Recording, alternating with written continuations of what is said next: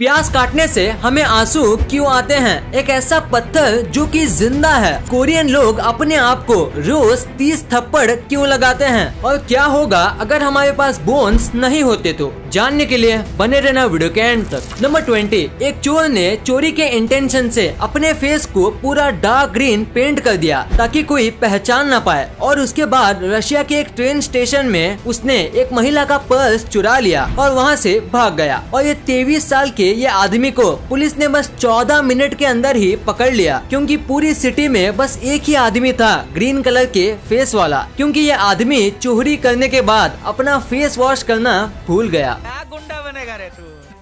Number 19, ये fact आपके बहुत काम आ सकता है अगर कभी भी एक्सीडेंट होता है और अगर आपकी उसमें थोड़ी सी गलती है या बिल्कुल भी गलती नहीं है तो आपको स्टार्टिंग में जाके सॉरी नहीं बोलना चाहिए, क्योंकि सॉरी वर्ड आपको ही दोषी बताता है। और अगर ये मैटर बढ़ जाए और कोर्ट में जाए तो फिर लोग आपके सॉरी को आपके अगेंस्ट यूज कर सकते हैं, और बस झगड़ा खत्म करने के लिए बोला गया सॉरी आपको बहुत बड़ा जुर्माना भरा देगा। और ये बस मैं ऐसे ही नहीं बोल रहा हूँ, कई लोगों के साथ ऐसा हुआ भी है। नंबर 18, आपको टाइटैनिक मूवी के बारे में तो पता ही होगा। तो टाइटैनिक मूवी के एंड सीन में एक क्लॉक दिखाई जाती है और उस क्लॉक में 2:20 होते हैं, और ये एग्जैक्ट टाइम है जब रियल टाइटैनिक डूबी थी। रियल टाइटैनिक रात के 2:20 पे सिंक हुई थी। कितनी डिटेल्ड मूवी है ये, इसलिए ये एक मास्टरपीस कही जाती है। नंबर 17, एक आदमी ने एक बार अपनी डेथ को फेक किया, यानी सबको ऐसे बताया जैसे कि वो मर गया, पर असल में वो जिंदा है, और वो भी बस ये देखने के लिए कि उसके मरने के बाद उसके अंतिम संस्कार में कितने लोग आते हैं। और सैडली बस एक ही जन आई और वो थी उसकी माँ। नंबर 16, ये एक बायोलॉजिकल फैक्ट है कि जितना बड़ा आपका दिमाग होता है उतनी बड़ी ही आपकी उबासी होती है। उबासी दरअसल आपके दिमाग को रिफ्रेश करने का काम करती है, और इसी वजह से जितना बड़ा ब्रेन होता है उतना टाइम रिफ्रेश करने में लगता है। नंबर 15, जो लोग घोड़े को पालते हैं उन्हें पता होगा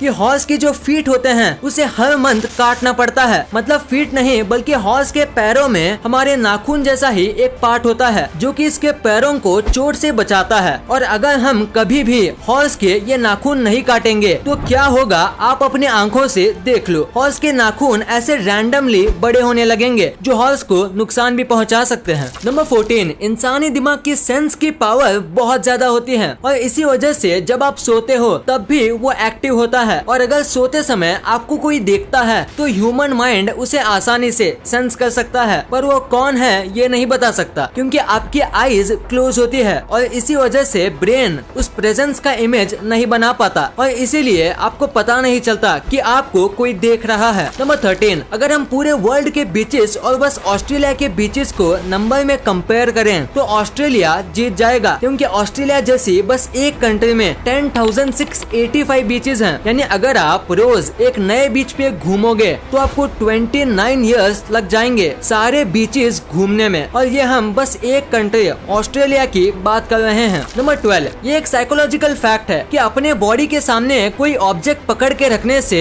ये इंडिकेट होता है कि आप शाई हो, यानी कि आप शर्मीले हो और बहुत ही नर्वस हो। और इसी वजह से जब भी आप कोई इंटरव्यू या कोई मीटिंग में जाओ तो आपको कोई भी ऑब्जेक्ट आपके बॉडी के सामने पकड़ के नहीं रखना चाहिए, और ऐसे अपने बॉडी के सामने बुक या ऑब्जेक्ट पकड़ने से आप ग्रुप में सबसे ज्यादा शाई और अंडररेटेड दिखोगे। नंबर 11, अगर मैं आपसे कहूँ कि एक ऐसा बर्फीला पहाड़ है जो बर्फ पिघलने पे खून निकालता है, ये जो पहाड़ है अंटार्कटिका में, इसे ब्लड फॉल माउंटेन भी कहा जाता है। यहाँ से अक्सर खून जैसा लाल और गाढ़ा पदार्थ निकलता है। ये कैसे और क्यों होता है, इसका जवाब फिलहाल तो साइंटिस्ट के पास नहीं है, पर आपको क्या लगता है इसके पीछे की वजह क्या है? हमें नीचे कमेंट्स में जरूर बताना। नंबर 10, ये थोड़ा वियर्ड है पर सच है। कोरियन लोग जो होते हैं, खासकर लड़कियां, उनकी skin best skin in the world मानी जाती है, और यहाँ के लोग अपनी स्किन पे कई टाइप की रेमेडी भी यूज करते हैं, और उसमें से एक है स्लैप ट्रीटमेंट। ये अपने फेस को दिन में 30 से 40 बार स्लैप करती हैं, और इसके पीछे छोटी सी साइंस है। जब वो स्लैप करती है तो ब्लड फ्लो को बढ़ा देती है, और इसी बढ़े हुए ब्लड फ्लो की वजह से टॉक्सिन्स निकल निकल जाते हैं और इससे आपकी स्किन इम्प्रूव हो जाएगी।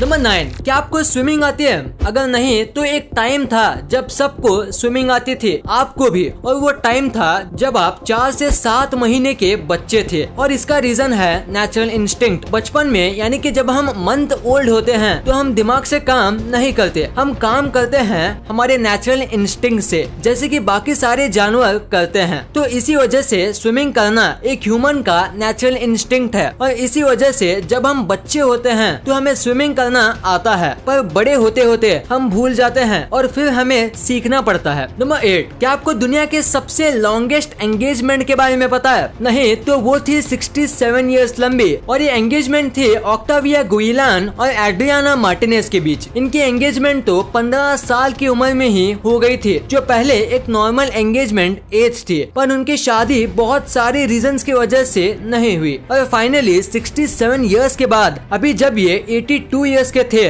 तब इन्होंने शादी की और तभी इन्होंने एक वर्ल्ड रिकॉर्ड भी बना लिया, longest engagement in the world का। नंबर 7, साल 1950s में सिगरेट को इस तरीके से मार्केट किया गया था जैसे वो हेल्थ के लिए अच्छी होती है, यानी सिगरेट को ऐसे बताया गया था कि वो सबको पीना चाहिए और खासकर जब आप बीमार हो, और इसीलिए कई हॉस्पिटल में सिगरेट को मेडिसिन की तरह रखा जाता था और पेशेंट्स को दिया जाता था। जैसे कि आप इस इमेज में देख सकते हो, एक नर्स एक पेशेंट को सिगरेट दे रही है ताकि वो जल्द ही ठीक हो जाए। नंबर 6, अगर मैं आपसे कहूँ कि एक ऐसा पत्थर है जो जिंदा है तो क्या आप यकीन करोगे? अगर नहीं तो जानिए पेरू और चिली जैसे जगहों पे पाया जाने वाला पत्थर द लिविंग रॉक के बारे में। इसका एक्चुअल नाम प्योरा रॉक है और ये पत्थर के अंदर खून और कुछ ऑर्गन्स होते हैं और आप इस पत्थर को खा भी सकते हो। इस पत्थर की पहली बार खोज 17वीं सेंचुरी में हुई थी, तब से कई लोग इस पत्थर को देखने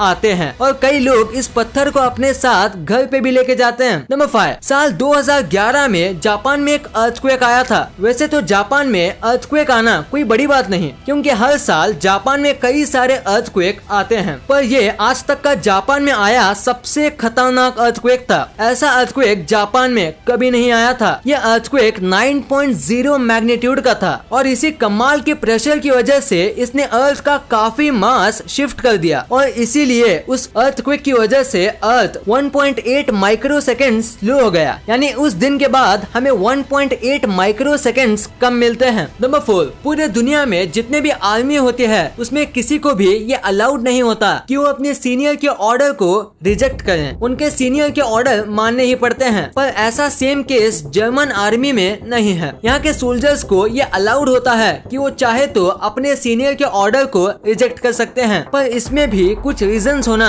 जरूरी है। मतलब अगर सीनियर के ऑर्डर ह्यूमन डिग्निटी को वायलेट कर रहे हैं तो वो रिजेक्ट कर सकते हैं, और अगर उसमें किसी की जान दाव पे है तो वो भी रिजेक्ट कर सकते हैं। नंबर 3, अगर एक 50 kg की लड़की हील पहनती है तो वो एक 2700 किलो के एलिफेंट से भी ज्यादा फोर्स अर्थ पे डालती है। सुनने में तो नामुमकिन लगता है पर ये बिल्कुल सच है, और ऐसा इसलिए क्योंकि जिस ऑब्जेक्ट का सरफेस एरिया कम होता है वो ज्यादा फोर्स देता है, और एलिफेंट के पैर फ्लैट होते हैं और इसीलिए वो इतने वेट के बाद भी बहुत कम प्रेशर जमीन पे रिलीज करती है। नंबर 2, प्याज को काटने से आंख में से आंसू क्यों आते हैं? ये चीज आपने एक ना एक बार जरूर सोची होगी। तो इसका सिंपल सा रीजन है प्याज में मिलने वाला एंजाइम। प्याज में एक खास प्रकार का एंजाइम मिलता है जो कि प्याज काटने पे हवा में फैल जाता है, और यही एंजाइम जब आंखों में जाता है तो दर्द होता है। 1980 के पहले लोग मानते थे कि प्याज की जो स्मेल होती है उसकी वजह से आंख में आंसू आते हैं, पर जब इसके ऊपर रिसर्च की गई तब पता चला कि आंख में आंसू स्मेल नहीं बल्कि इसकी केमिकल प्रॉपर्टी में आने वाले एक एंजाइम की वजह से आंसू आते हैं। और प्याज काटते समय प्याज को पानी में रखो